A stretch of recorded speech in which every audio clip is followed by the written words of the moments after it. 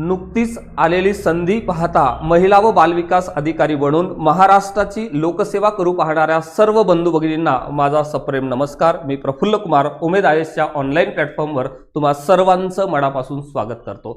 आजच्या भागामध्ये आपण पेपर 1 अंतर्गत जो महत्त्वाचा घटक आहे, ज्या घटकावर आपल्याला थेट प्रश्न येणार आहे, तो एक छोटासा महत्त्वाचा घटक आपण आजच्या भागामध्ये शिकणार आहोत। ही गोष्ट या ठिकाणी लक्षात घ्या। आपल्याला 2 पेपर आहे, पेपर 1 आणि पेपर 2। पेपर 1 मध्ये सुद्धा 100 प्रश्न असणार आहे आणि पेपर 2 मध्ये सुद्धा 100 प्रश्न असणार आहे आणि 50 मार्कांची मुलाखत आहे। अशा पद्धतीची एक परीक्षा योजना, ज्याला आपण परीक्षेचं स्ट्रक्चर म्हणतो, ते महाराष्ट्र लोकसेवा आयोगाने आपल्याला दिलेलं आहे। त्यावरच आधारित हा जो घटक आहे, ज्याला आपण म्हणतो महिला आर्थिक विकास महामंडळ महाराष्ट्र, हा जो घटक सिलेबस मध्ये आपल्याला दिलेला आहे, तो घटक आजच्या भागामध्ये आपण शिकणार आहोत। नंबर 1 आपण जाऊ या माविम कडे।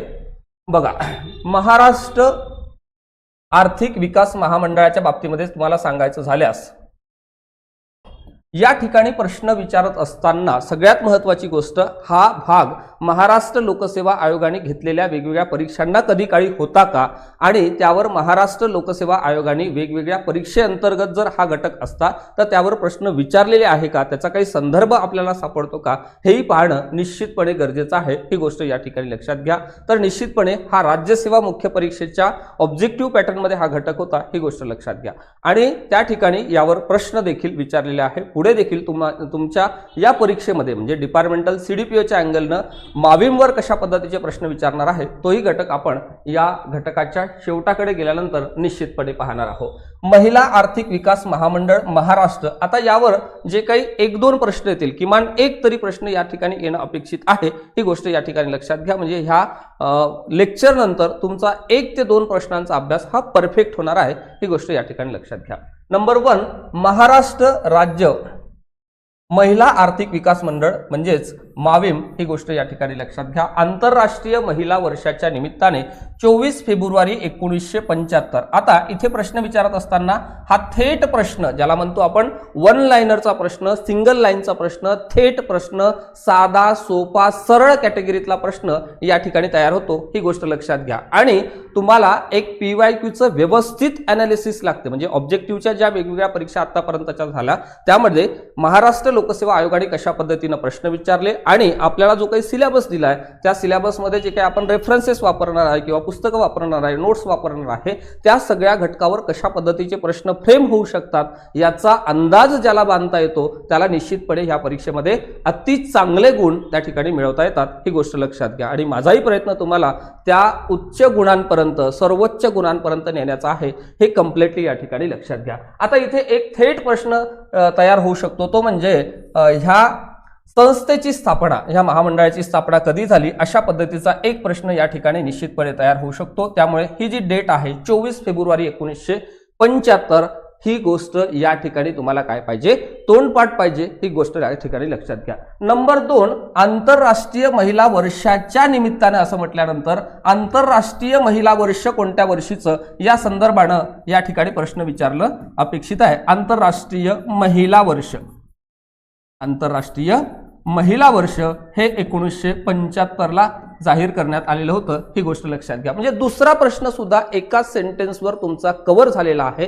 हा खरं तर तुमच्या अभ्यासाचा अप्रोच असला पाहिजे। ही गोष्ट या ठिकाणी लक्षात घ्या। मी फक्त तुम्हाला शिकवतच नाही, तर प्रश्न कशा पद्धतीचे त्या कंटेंटवर तयार होऊ शकतात याच्या शक्यता सुद्धा तुमच्यापर्यंत पोहोचवण्याचा माझा प्रयत्न आहे। ही गोष्ट या ठिकाणी लक्षात घ्या। त्यानंतर समजा इथे एखादा प्रश्न महिला दिनाच्या संदर्भाने विचारला आणि तुम्हाला विचारलं की जागतिक महिला दिवस कधी असतो, तर निश्चितपणे तुम्हाला सर्वांना माहित आहे की जागतिक महिला दिवस जो आहे, मी या ठिकाणी तुम्हाला लिहून देतो एक्स्ट्रा पॉइंट म्हणून, जागतिक महिला दिन, महिला दिवस हा तुम्हाला सर्वांना माहित आहे की हा 8 मार्चला असतो।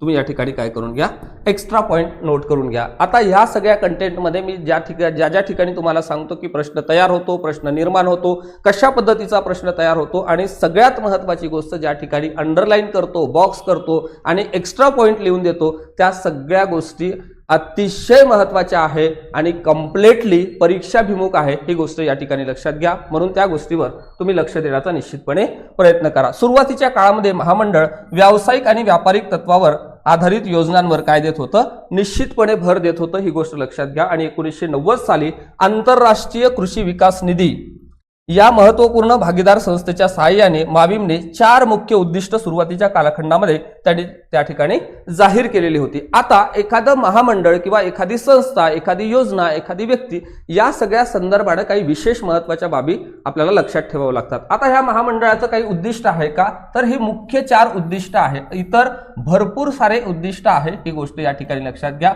मात्र मुख्य उद्दिष्टांवर जर प्रश्न विचारला तर तो तुमचा बरोबर आला पाहिजे, ही गोष्ट लक्षात घ्या. त्यानुसार हे 4 की पॉइंट या ठिकाणी तोंडपाठच करा. ऑब्जेक्टिव्ह परीक्षांमध्ये काय होते की जे मटेरियल आहे किंवा जो भाग आहे त्यावर आपल्याला चांगली कमांड मिळवावी लागते आणि चांगली कमांड व्यवस्थित समजून घेणे, व्यवस्थित शिकून घेणे आणि त्यानंतर मल्टिपल वेळा त्याची रिव्हिजन करणे हे फार जास्त गरजेचं असते, ही गोष्ट लक्षात घ्या. नंबर 1 महिलांची क्षमता वृद्धी, लोकसंस्था बांधणी. नंबर 2, नंबर 3 पतपुरवठ्याची उपलब्धता आणि माहितीचा स्रोत निर्माण करणे. हे 4 मुख्य उद्दिष्ट या माविमची आहे, अर्थातच या मंडळाची आहे, ही गोष्ट या ठिकाणी लक्षात घ्या. आणि तुम्हाला या ठिकाणी प्रश्न विचारत असताना म्हणजे MCQ बेसचा ज्यावेळेस तुम्हाला प्रश्न विचारला जाईल त्यावेळेस कोणती या संस्थेची किंवा या महामंडळाची उद्दिष्टे आहेत, कोणते उद्दिष्टे नाहीत, अशा पद्धतीचे प्रश्न या ठिकाणी तयार होतात, ही गोष्ट लक्षात घ्या. आणि या सगळ्या संदर्भाने सराव प्रश्न सुद्धा आपण बॅचमध्ये घेणारच आहोत. आता इतर उद्दिष्टांच्या बाबतीमध्ये जर तुम्हाला सांगितलं तर बचत गट, सेल्फ हेल्प ग्रुप मॉडेलद्वारे महिलांना संघटित करणं आणि सामूहिक त्याचं व्यवस्थापन काय करणं, मजबूत करणं, हे देखील त्याचं काय आहे, उद्दिष्ट आहे. सोबतच महिलांमध्ये उद्योजकतेचं प्रमाण वाढवणं, लघु असेल, सूक्ष्म असेल हे उद्योग, स्वयंरोजगार उपकरणांना प्रशिक्षण देणं आणि त्यांना त्या सगळ्या संदर्भामध्ये ट्रेनिंग देण्यासोबतच हेल्प करणं, सेल्फ हेल्प यामध्ये काय आहे, मदत करण्याची सुद्धा इनिशिएटिव्ह यामध्ये आहे, ही गोष्ट या ठिकाणी लक्षात घ्या. त्यानंतर तुम्हाला दिसते आर्थिक सेवा, क्रेडिट लिंकिंग आणि बाजारपेठांशी त्यांना जोडणी करून देणे, कौशल्य विकास, क्षमता उभारणे, नेतृत्व आणि स्वयंशासन त्यांच्यामध्ये काय करणे, वाढवणे, या सगळ्या संदर्भाने ही संस्था अर्थातच ही महामंडळ काम करते, ही गोष्ट या ठिकाणी लक्षात घ्या. म्हणजे लिडरशिप डेव्हलपमेंटसाठी सुद्धा काम करते. यातला प्रत्येक शब्द व्यवस्थित समजून घेण्याचा निश्चितपणे प्रयत्न करा. पुढे तुम्हाला दिसत असेल की महिलांचे आरोग्य, पोषण आणि सामाजिक सुरक्षेबाबत शासकीय योजना काय करणे, लागू करणे, हे देखील यांच्या उद्दिष्टामध्येच येते, ही गोष्ट या ठिकाणी काय करा, करेक्ट करा, लक्षात ठेवण्याचा निश्चितपणे प्रयत्न करा. पुढे तुम्हाला दिसते या ठिकाणी मिशन, बरोबर. आता मिशन मध्ये ह्या 2 गोष्टी लक्षात घ्या. नंबर 1 लैंगिक न्याय आणि महिलांसाठी समानता या सगळ्या संदर्भाने काम करणं खरं तर या महामंडळाचं एक मिशन आहे, ही गोष्ट या ठिकाणी लक्षात घ्या. सेकंड नंबर आर्थिक आणि सामाजिक दृष्ट्या महिलांना काय करणं, सक्षम करणं. महिला सक्षमीकरणासाठी महाराष्ट्र सरकारनं उचललेलं एक मोठं पाऊल म्हणजेच माविम आहे, ही गोष्ट या ठिकाणी लक्षात घ्या. त्यांना आर्थिक दृष्टिकोनातून आपल्याला काय करायचं आहे, सक्षम करायचं आहे आणि सोबतच सामाजिक दृष्ट्या सुद्धा त्यांना काय करायचं आहे, सक्षम करायचं आहे. यामध्ये एक बेसिक फरक आहे. तुम्हाला माहिती असेल की जनरली खूप लोकांना काय होतं की आपल्याला मदत करणे म्हणजेच सक्षम करणे असं वाटतं, बरं का. मात्र मदत आणि सक्षम यामध्ये थोडासा फरक आहे. आपण रस्त्यावरून जात असतो आणि जात असताना एखादा गोरगरीब व्यक्ती किंवा गरजू व्यक्ती आपल्याला काहीतरी पैसे मागण्यासाठी हात पुढे करतो, मग त्याला आपण काय करतो, त्याला मदत करतो, त्याला आपण सक्षम बनवत नाही. म्हणजे महाराष्ट्र सरकार या मंडळाच्या माध्यमातून महिलांना मदत करते का, नाही, मदत तर करतेच, मदतीचा हा प्रयत्न आहेच, मात्र सक्षम हा जो शब्द या ठिकाणी दिलेला आहे की ज्याला आपण एम्पॉवरमेंट म्हणतो इंग्लिशमध्ये, त्याचा अर्थ थोडासा व्यापक आहे. तो कशा पद्धतीचा आहे, रस्त्यावरच्या एखाद्या व्यक्तीला आपण जी मदत करतो ती मदत आहे, त्याला सक्षम करत नाही. मात्र तुम्ही त्याला पैसे कमवण्यासाठी एखाद्या रोजगाराची संधी देत असाल, छोटं मोठं काम देत असाल की ज्यावर तो स्वतःच्या पायावर उभा राहील, नंतर दुसऱ्या कोणापुढे त्याला हात पसरायची वेळ येऊ नये, अशा पद्धतीची योजना घडवून आणणे म्हणजेच काय, तर सक्षमीकरण. म्हणजेच काय, तर त्याला सक्षम बनवणे. आणि ह्या मदत आणि सक्षम या दोनही शब्दामध्ये मूलभूत अशा पद्धतीचा हा फरक आहे, ही गोष्ट या ठिकाणी लक्षात घ्या. जवळजवळ या दोनही शब्दाचा अर्थ आपल्याला सोपा वाटत असेल किंवा ज्याला आपण काय म्हणतो सारखा वाटत असेल, तरी मात्र यामध्ये काय आहे, बेसिकली थोडासा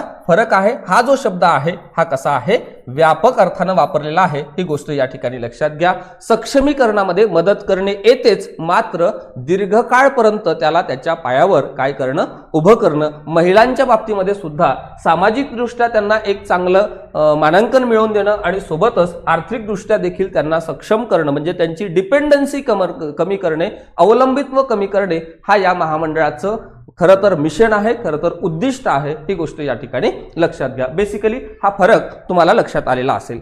चला नेक्स्ट पुढे जाऊ आपण. पुढे तुम्हाला दिसते इथे श्रीमती राजलक्ष्मी शहा मॅडम आहेत, ज्या मॅनेजिंग डायरेक्टर आहे महिला आर्थिक विकास महामंडळाच्या. एक लक्षात असू द्या, समजा प्रश्न आला तर. ठीक आहे. आणि हे सेक्रेटरी साहेब आहेत, जे महिला व बालविकास महाराष्ट्र राज्य यांचं महिला व बालविकास अंतर्गतच हे महामंडळ कार्यरत आहे महाराष्ट्र शासनाचं. ही गोष्ट या ठिकाणी लक्षात घ्या.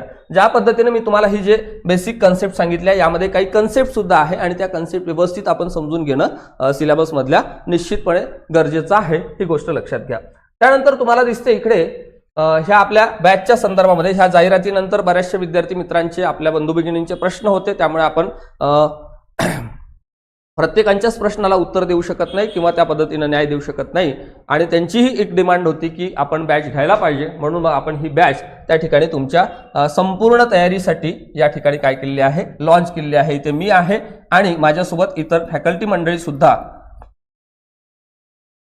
अदर फॅकल्टी सुद्धा तुम्हाला टीचिंगसाठी या ठिकाणी अवेलेबल असेल. मात्र कम्प्लिटली हा परीक्षेचा जो पॅटर्न आहे किंवा ही जी परीक्षा आहे, पेपर 1, पेपर 2 आणि मुलाखतीच्या टप्प्यापर्यंत संपूर्ण मार्गदर्शन पहिल्या दिवसापासून शेवटच्या दिवसापर्यंत आयोगाच्या दारात मुलाखत देण्यासाठी तुम्ही जातपर्यंतचं माझं असेल, यात कुठे शंका नाही. त्यानंतर या बॅचच्या संदर्भामध्ये मी तुम्हाला बेसिकली सांगतो की या बॅचमध्ये आपण काय काय घेणार आहोत. नंबर 1, इथे तुम्हाला माहित आहे की हे सगळे लोक ज्यांना टीचिंगचा फार चांगला अनुभव आहे, वेगवेगळ्या महाराष्ट्र लोकसेवा आयोगाच्या ज्या परीक्षा आहेत त्या परीक्षांचं आतापर्यंत आलेल्या सगळ्या प्रश्नांचं विश्लेषण त्यांच्याकडे आहे. आणि सोबतच काही विभागामध्ये, म्हणजे महिला व बालविकास विभागामध्ये दीर्घकाळपणे काम केलेल्या काही लोकांची सुद्धा आपल्याला साथ लाभणारच आहे. समजा त्यांचा वेळेची ऍडजस्टमेंट झाली तर जे रिटायर्ड पर्सन आहे, जे बेसिकली ज्यांचं वय आता 65-70 असतील किंवा 70च्या पुढे असतील, त्यांना समजा अवधी मिळाला तर निश्चितपणे ते गायडन्ससाठी आपल्याला अवेलेबल होतील. आणि या सगळ्या त्याला आपण काय म्हणतो की क्लासच्या संदर्भानं आपण तुम्हाला क्लासच्या सगळ्या नोट्स PDF स्वरूपामध्ये प्रोव्हाइड करणार आहोत आणि सोबतच सराव पेपरच्या माध्यमातून भरपूर सराव करून घेतला जाणार आहे, असं वाक्य या वैशिष्ट्यांमध्ये आहे. अर्थातच या ठिकाणी तुम्हाला जो टॉपिक होतो त्या टॉपिक नंतर प्रश्न आम्ही तुम्हाला देणार आहे आणि कॉम्प्रिहेन्सिव्ह 100 मार्काचे 2 पेपर जे आपले आयोगाच्या अभ्यास घटकावर आधारित तयार केले जाणार आहेत, तेही पेपर तुम्हाला सोडवायचे आहे. नोट्स सुद्धा घटक वाईज तुम्हाला दिले जाणार आहे. टॉपिक वाईज टेस्ट आणि कॉम्प्रिहेन्सिव्ह टेस्ट असे दोन्ही टेस्ट तुम्हाला त्या ठिकाणी मिळतील आणि ते सगळे तुम्हाला सोडवायचे आहेत. आता ह्या अध्ययन पद्धतीमध्ये आपण जर सांगितलं तर बॅचचं स्वरूप कसं आहे, तर लाईव्ह आणि रेकॉर्डेड अशा पद्धतीची बॅच आपली आहे. समजा तुम्ही वर्किंग आहात, तुम्हाला तुमच्या कुटुंबाची जबाबदारी सुद्धा खूप जास्त तुमच्यावर आहे आणि ह्या एजमध्ये आपल्याला हे तयारी करत असताना कधी कधी लाईव्ह लेक्चर अटेंड करता येत नाही, तर निश्चितपणे आपल्या ॲप्लिकेशनमध्ये झालेलं तो सेशन तुम्हाला निश्चितपणे रेकॉर्डेड स्वरूपाचं अवेलेबल असेल की जे जास्तीत जास्त वेळा तुम्हाला परीक्षेपर्यंत पाहता येतं.